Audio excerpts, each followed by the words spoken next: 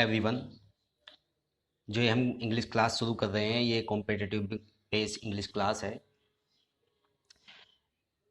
इस क्लास को शुरू करने से पहले मेरी ऐसी उम्मीद है कि जो आपकी 10th और 12th की जो इंग्लिश है वो काफ़ी हद तक हो चुकी होगी। तो ऐसी बातों को ध्यान में रखते हुए मैं आपकी एक क्लास शुरू कर रहा हूँ, जिससे कि आपको अच्छी तरह समझ में आए। तो मैं इसे काफ़ी बेसिक लेके चलूँगा। तो सबसे पहले हम जिक्र करते हैं फाइनाइट वर्ब का। सबसे पहले आपके सामने क्या है? Finite verb. तो फाइनाइट वर्ब एक ऐसी वर्ब होती है जिसके पास अपना सब्जेक्ट होगा। एक ऐसी वर्ब जिसके पास अपना सब्जेक्ट होगा, फाइनाइट वर्ब होती है। जैसे मैं एक सेंटेंस लूं, या आपके सामने एक सेंटेंस है कि I killed him. I killed him एक साधारण सा सेंटेंस है। तो इसमें हम देखते हैं कि किल एक वर्ब है और उसके पास अपना सब्जेक्ट है। तो इसका अर्थ ये है, इसका मतलब ये है कि किल के पास अपना सब्जेक्ट है, तो किल फाइनाइट वर्ब है। किल कैसी वर्ब है? किल एक फाइनाइट वर्ब है। किल एक फाइनाइट वर्ब है। तो कभी कभी ऐसा होगा फाइनाइट वर्ब में कि इस वर्ब के पास सब्जेक्ट के साथ ऑब्जेक्ट होगा। कभी कभी ऐसा होगा कि एक ऑब्जेक्ट और होगा।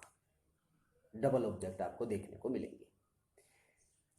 जैसे एक सेंटेंस मैं आपको दिखाऊं। एक सेंटेंस दिया गया है क्या कि I told him a story. एक सेंटेंस लिया हमने, I told him a story. तो हम देखते हैं कि इसमें टोल्ड एक वर्ब है, उसके पास अपना सब्जेक्ट है आई। आई एक सब्जेक्ट है, तो हमने देखा कि ये टोल्ड फाइनाइट वर्ब है। इसमें हिम एक ऑब्जेक्ट है, लेकिन एक अ स्टोरी क्या है फिर? ये भी एक ऑब्जेक्ट है। हिम ऑब्जेक्ट है, आ स्टोरी भी एक ऑब्जेक्ट है। अब डबल ऑब्जेक्ट हो गया। जो डबल ऑब्जेक्ट होंगे उनमें से एक ऑब्जेक्ट होगा डायरेक्ट ऑब्जेक्ट। एक ऑब्जेक्ट को हम कहेंगे डायरेक्ट ऑब्जेक्ट, और दूसरा ऑब्जेक्ट होगा इनडायरेक्ट ऑब्जेक्ट। दूसरा ऑब्जेक्ट होगा इनडायरेक्ट ऑब्जेक्ट। एक डायरेक्ट और एक इनडायरेक्ट ऑब्जेक्ट। अब इसमें कौन डायरेक्ट है और कौन इनडायरेक्ट ऑब्जेक्ट है, तो मैं एक सिंपल वे में बता दूं कि इसमें जो स्टोरी है वो है डायरेक्ट ऑब्जेक्ट, और जो हिम है वो है इनडायरेक्ट ऑब्जेक्ट। अभी हमने कैसे कह दिया कि स्टोरी डायरेक्ट है और हिम इनडायरेक्ट ऑब्जेक्ट है। पहले हम एक सेंटेंस और लेंगे, तब इस बात को समझेंगे। जैसे हमने एक सेंटेंस और लिया, आपके सामने सेंटेंस है, सी टीचेज मी इंग्लिश। सी टीचेज मी इंग्लिश। तो टीच के पास अपना सब्जेक्ट है सी, तो ये फाइनाइट वर्ब हुई। इसमें ऑब्जेक्ट है मी। ऑब्जेक्ट है इसके पास भी, एक ऑब्जेक्ट और है इंग्लिश। तो मैं कहूंगा जो मी है वो है इनडायरेक्ट ऑब्जेक्ट, और जो इंग्लिश है वो है डायरेक्ट ऑब्जेक्ट। वो है डायरेक्ट ऑब्जेक्ट। अब हम सबसे पहले ये जिक्र करते हैं कैसे हमें पता चले कि डायरेक्ट ऑब्जेक्ट क्या है और इनडायरेक्ट ऑब्जेक्ट क्या है।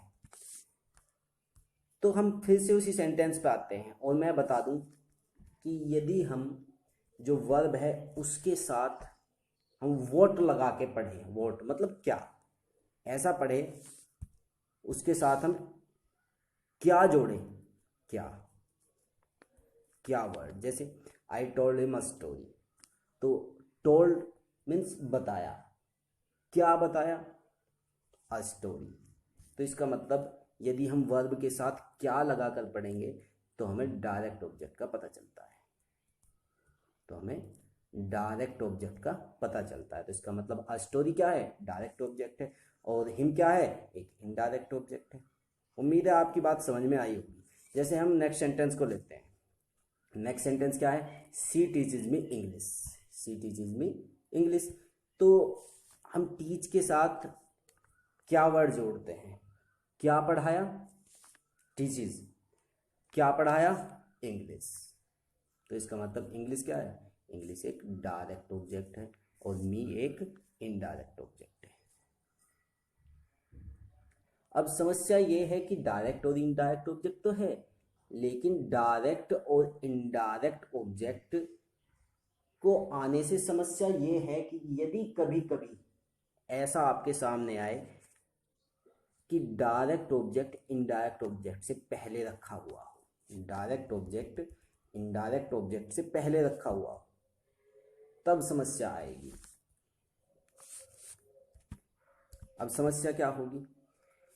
जैसे मैं आपके सामने एक सेंटेंस लेता हूँ, हम एक सेंटेंस लेंगे, यही सेंटेंस है जो आपके सामने दिया गया है, I told him a story. यदि इस सेंटेंस का मैं पैसिव बनाऊं, इस सेंटेंस का मैं पैसिव बनाऊं, तो मैं देखता हूं कि आप इस सेंटेंस का पैसिव साधारण उसमें बनाएंगे कि he was told a story by me वगैरह लगाकर। तो हमने इसके इनडायरेक्ट ऑब्जेक्ट से पैसिव बना दिया। हमने क्या किया?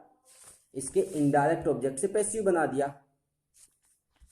तो जब हमने इसके इनडायरेक्ट ऑब्जेक्ट से पैसिव बनाया तो he was told a story by me. कभी कभी ऐसा हो सकता है कि पैसिव जो है वो डायरेक्ट ऑब्जेक्ट से बनाना पड़ जाए। जैसे हम पैसिव बनाते हैं डायरेक्ट ऑब्जेक्ट से, अ स्टोरी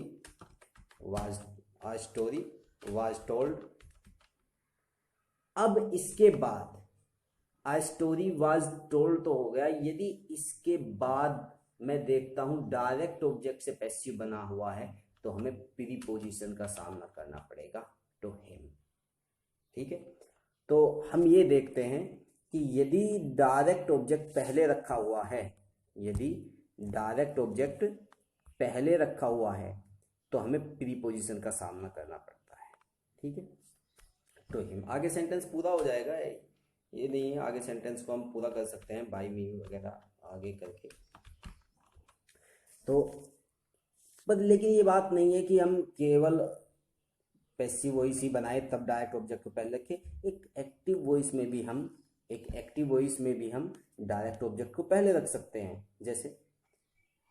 जैसे हम नेक्स्ट लेवल पर एक सेंटेंस लेंगे, इसी सेंटेंस को, I told him a story sentence को यदि हम देखते हैं, यदि इसी सेंटेंस को मैं इस तरह से लिख दूं कि आई टोल्ड अ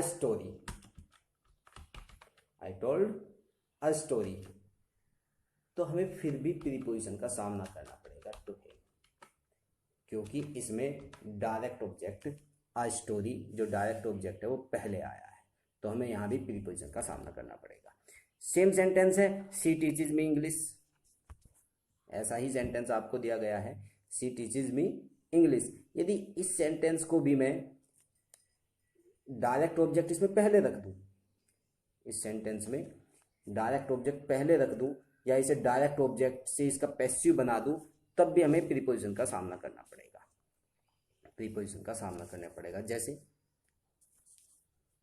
मैं इसे पैसिव बनाता हूं इंग्लिश से,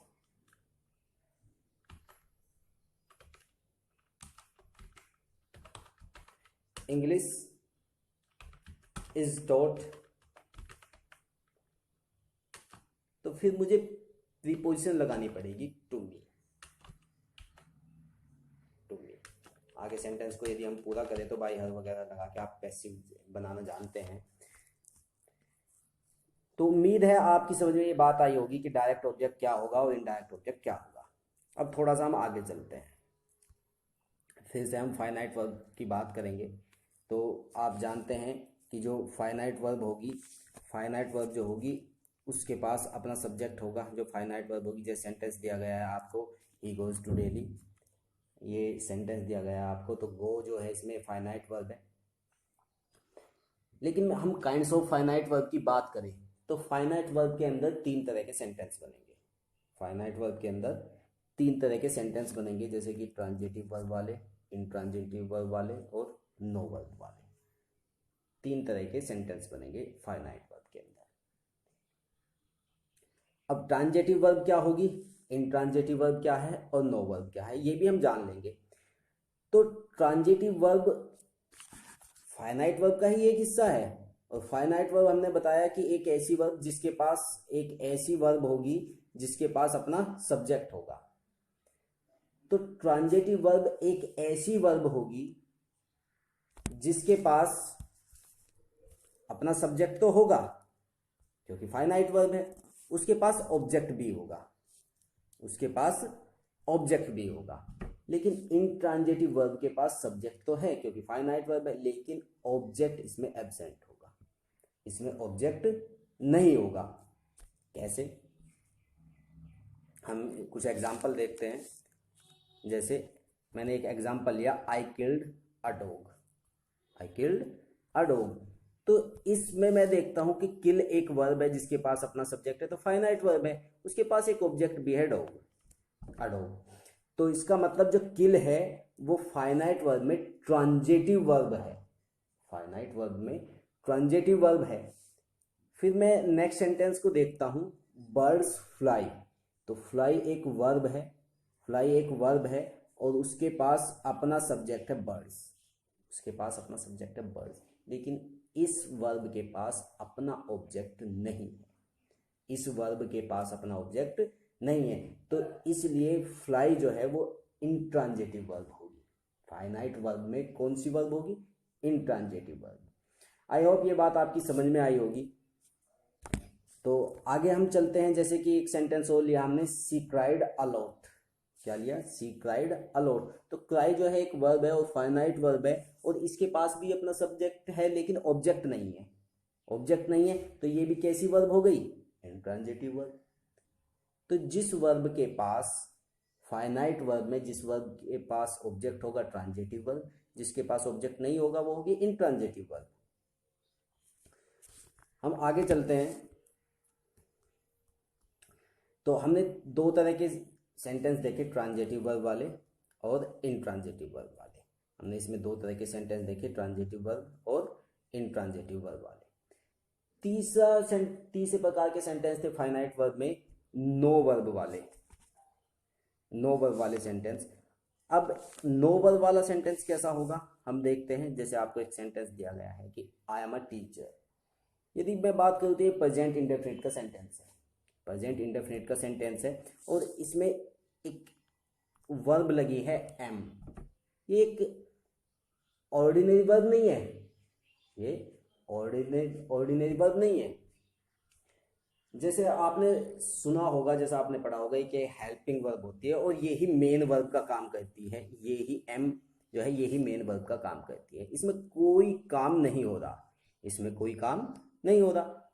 तो इसका मतलब ये है कि ये प्रेजेंट इंडेफिनिट का नो वर्ब सेंटेंस है, प्रेजेंट इंडेफिनिट का नो वर्ब सेंटेंस है, ये प्रेजेंट इंडेफिनिट का नो वर्ब सेंटेंस। जैसे हम एक सेंटेंस और देखते हैं आगे। जैसा आपको दिया गया है, she was a doctor, C was a doctor.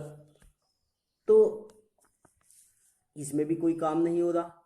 ये सेंटेंस जो है पास्ट इंडेफिनिट का सेंटेंस है और ये पास्ट इंडेफिनिट का नो वर्ब सेंटेंस है, पास्ट इंडेफिनिट का नो वर्ब सेंटेंस है, सी वाज अ डॉक्टर। जैसे नेक्स्ट सेंटेंस, एक एग्जांपल और लेते हैं, he has been a teacher, he has been a teacher. तो ये सेंटेंस यदि पूछा जाए कि कौन से टेंस का था, ये प्रेजेंट परफेक्ट का है, लेकिन ये प्रेजेंट परफेक्ट का नो वर्ब सेंटेंस है, ये प्रेजेंट परफेक्ट का नो वर्ब सेंटेंस है, इसमें भी कोई काम नहीं हो रहा है ना। तो हम देखते हैं कि जिस वर्ब के पास अपना सब्जेक्ट नहीं होता, सॉरी, जिस वर्ब के पास अपना सब्जेक्ट होता है वो होती है फाइनाइट वर्ब। और फाइनाइट वर्ब तीन तरह की होगी, ट्रांजिटिव वर्ब, इंट्रांजिटिव वर्ब, और एक प्रकार का सेंटेंस और बनेगा उसमें नो वर्ब वाला, उसमें एक सेंटेंस और बनेगा नो वर्ब वाला। ठीक है, हमने देखे थे कि इसमें तीन तरह के सेंटेंस बनेंगे, ट्रांजिटिव वर्ब, इंट्रांजिटिव वर्ब और नो वर्ब वाले तीन तरह के सेंटेंस बनेंगे।